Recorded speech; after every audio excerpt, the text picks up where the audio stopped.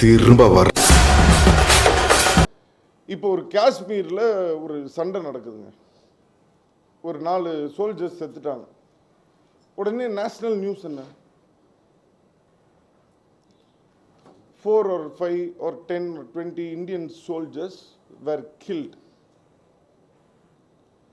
கன்னியாகுமரியில் மீன் பிடிக்க போகிறாங்கல்ல மீனவர்கள், அவங்கள சுட்டு கொன்னுடுறாங்க. நியூஸ் என்ன தெரியுமா, Tamil fishermen were killed.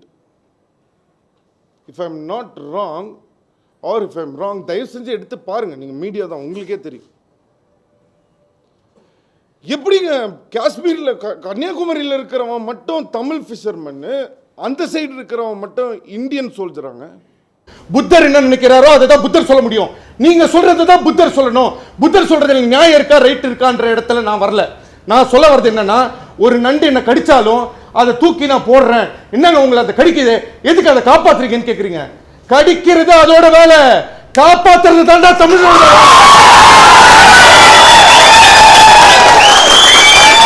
Life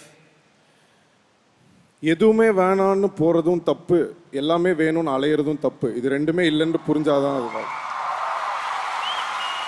லவ்வை பத்தி சொல்லணும், பொண்ணுங்களை பத்தி சொல்லணும் அப்படின்னா, 100 பொண்ணை லவ் பண்றது பெரிய விஷயம் இல்ல, ஒரு பொண்ணை 100 விதமா லவ் பண்றது தான் மிகப்பெரிய விஷயம். ஃபெயிலியர்ஸ் சக்சஸ் நிறைய பார்த்திருப்பீங்க, நிறைய ஹேண்ட் ஃபேஸ் பண்ணிருப்பீங்க. இப்போ நாங்க ஸ்டூடண்ட்ஸாக நாங்க எப்படி நாங்க ஃபேஸ் பண்றது, ஃபெயிலியர் சக்சஸ் ரெண்டுத்துலயுமே ஒரே மாதிரி தான் இருக்கணும். ஃபெயிலியர் வந்துருச்சுன்னு கவலைப்படவும் கூடாது, சக்சஸ் வந்துருச்சுன்னு ஓவரா ஆடவும் கூடாது. அவ்வளவுதான் டிரான்ஸ்ஃபர்மேஷன்.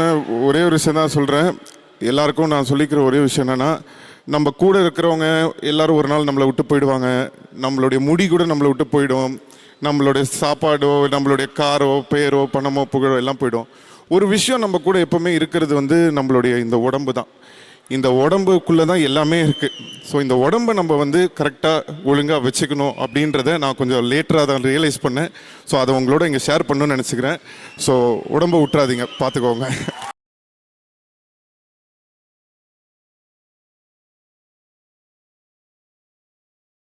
ரசிகர்கள் அப்படின்னு சொல்லும்போது, முதல்ல பொதுவாக என்னோடய ரசிகர்களை பற்றி பேசுகிறதுக்கு முன்னாடி, ரசிகர்கள்ங்கிறது எவ்வளோ ஒரு முக்கியமான ஒரு விஷயம் அப்படிங்கிறது சொல்லணுன்னா, ஃபேன்ஸுங்கிறது ஒரு பெரிய விஷயம். அதாவது எப்படி நம்ம ஒரு படத்துக்கு அவ்வளோ கஷ்டப்பட்டு ஒரு படம் எடுக்கிறோமோ, அதே மாதிரி ஒரு ஃபேன்ஸுன்றது ஒரு முக்கியமான ஒரு விஷயம். ஏன்னா ஒரு பெரிய ஸ்டார் இன்றைக்கி பார்த்திங்கன்னா, ஒரு நல்ல படம் அப்படிங்கிறது வேறு, ஒரு பெரிய ஸ்டார் அப்படிங்கிறது வேறு.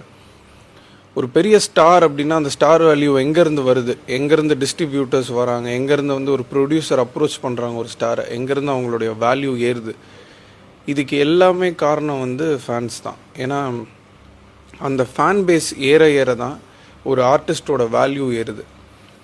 என்னை பொறுத்த வரைக்கும் ஒரு மிகப்பெரிய ஸ்டாரோட இவர் ஒரு பெரிய ஸ்டாருன்னு எதை வச்சு கணிப்பேன் அப்படின்னு சொன்னால், முதல் நாள் ஃபஸ்ட் டே ஃபஸ்ட் ஷோவில் அந்த ஸ்டார் என்ட்ரி ஆகும்போது வர ஒரு கிளாப்ஸும் விசிலும் இருக்குது பார்த்தீங்களா, அந்த சவுண்டோட லெவல் இருக்கு இல்லையா, அதுதான் ஒரு மிகப்பெரிய ஒரு நடிகனோட ஒரு ஸ்டாரோட வேல்யூன்னு நான் சொல்லுவேன்.